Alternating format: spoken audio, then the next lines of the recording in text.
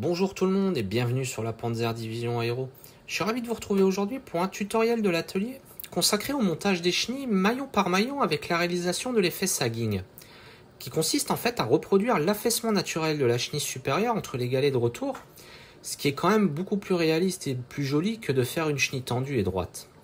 Je vais vous montrer dans cette vidéo ma façon à moi de le faire en vous partageant des conseils et des astuces pour bien réussir ce montage. En général, les chenilles maillon par maillon, vous allez les trouver sous deux formes, soit sur des grappes en injection plastique, ce qui va nécessiter un peu de travail pour les découper et les ébavurer, ou sinon prêts à l'emploi, elles sont moulées sans les grappes. C'est en fait une particularité très agréable des maquettes de chez Dragon qui les appellent les Magic Track. Alors, quelques petits conseils que je vous donne avant d'attaquer le montage des chenilles. Dans un premier temps, c'est de vérifier déjà si elles sont bonnes par rapport à votre modèle. Moi, j'ai déjà eu par le passé des erreurs qui m'ont obligé à les remplacer. Pour cela, vous pouvez vous aider de photographies.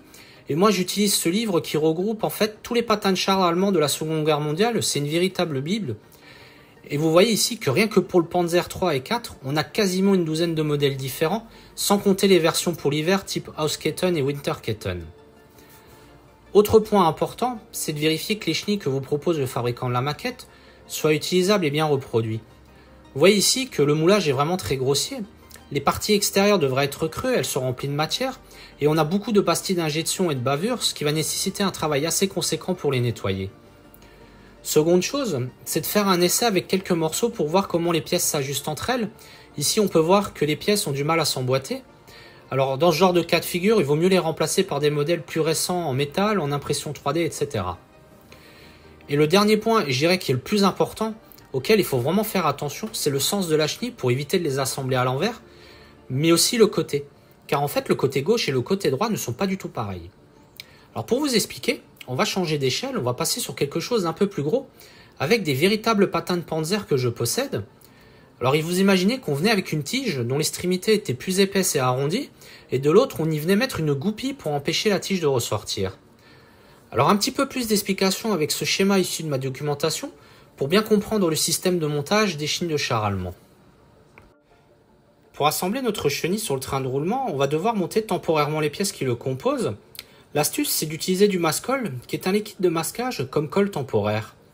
Elle a la propriété, quand elle est sèche, d'être suffisamment adhérent pour maintenir les pièces entre elles et se retire facilement sans détériorer le plastique. Vous pouvez aussi utiliser de la colle blanche qui a les mêmes propriétés ou tout simplement de la pâte à fixe.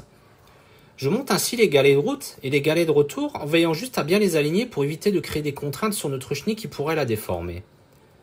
Pour le barbotin avant, en général, il se tient tout seul sur son axe. Il n'est pas nécessaire de le coller vu qu'on va devoir le manipuler à part pour y travailler la première partie.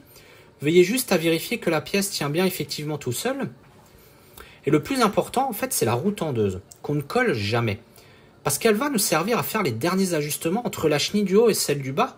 Si jamais, pour des raisons diverses et variées, vous avez un petit jeu lors de l'assemblage final, vous allez pouvoir le rattraper facilement en ajustant avec cette pièce.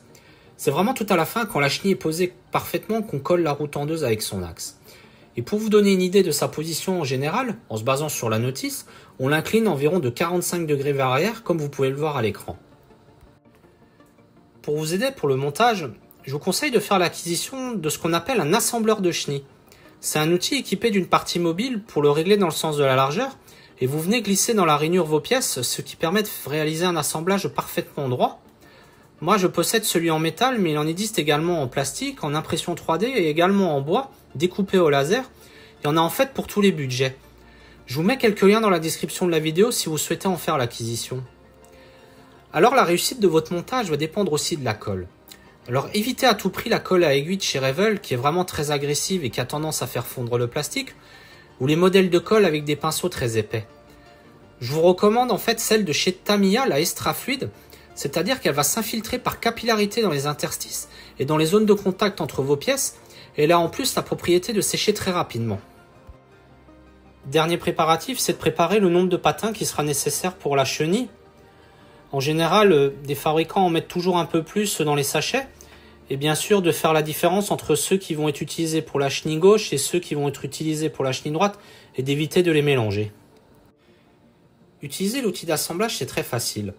Vous réglez la partie mobile pour que la rainure ait la même largeur que votre chenille, puis vous insérez à l'aide d'une pince les maillons les uns à la suite des autres. Puis vous mettez une petite quantité de colle au niveau des jonctions, Alors il ne faut surtout pas noyer la zone parce que sinon ça va traverser et faire fondre le plastique de l'autre côté, ce qui va abîmer votre travail. Le montage de notre chenille va se comporter en 4 étapes.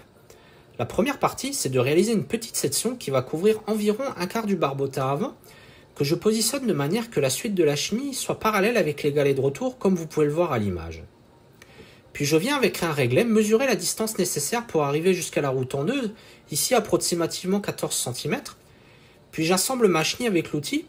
Vous voyez que la règle qui est incorporée est très pratique pour réaliser la dimension qu'on souhaite.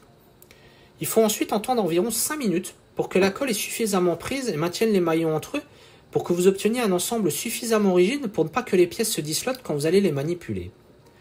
La seconde étape, c'est que je viens placer ma nouvelle section dans la continuité de ma première pièce et pour réaliser l'affaissement naturel de la chenille, notre effet sagging, je vais venir exercer un effort entre chaque galet en plein milieu. Pour cela, je mets de ce petit outil que j'ai confectionné. C'est tout simple. C'est des petites passes à linge que vous trouvez dans les rayons d'art plastique auxquels j'ai monté un petit profil en plastique avec un clou pour le maintenir. Puis je viens positionner mon outil en exerçant un léger effort pour affaisser la chenille et lui donner l'effet que je souhaite. Alors je vous conseille pour cette étape de vous aider de photographie pour être le plus réaliste possible. Vous attendez une nouvelle fois environ 5 minutes avant de retirer les petits outils. Et là, il est maintenant primordial de procéder à un petit contrôle visuel pour vérifier que la moitié de la chenille va bien s'ajuster sur le train de roulement. Vous pouvez voir ici que sur la partie arrière, ce n'est pas tout à fait parfait. La colle n'étant pas totalement sec, vous pouvez réajuster en travaillant la pièce délicatement avec vos doigts de manière très légère en répétant plusieurs fois les gestes jusqu'à ce que vous obteniez un ajustement parfait. Une autre méthode, si vous possédez des maquettes de chez Dragon, ils proposent sur certaines de leurs références des gabarits de forme pour permettre de réaliser beaucoup plus facilement des chenilles avec l'effet sagging.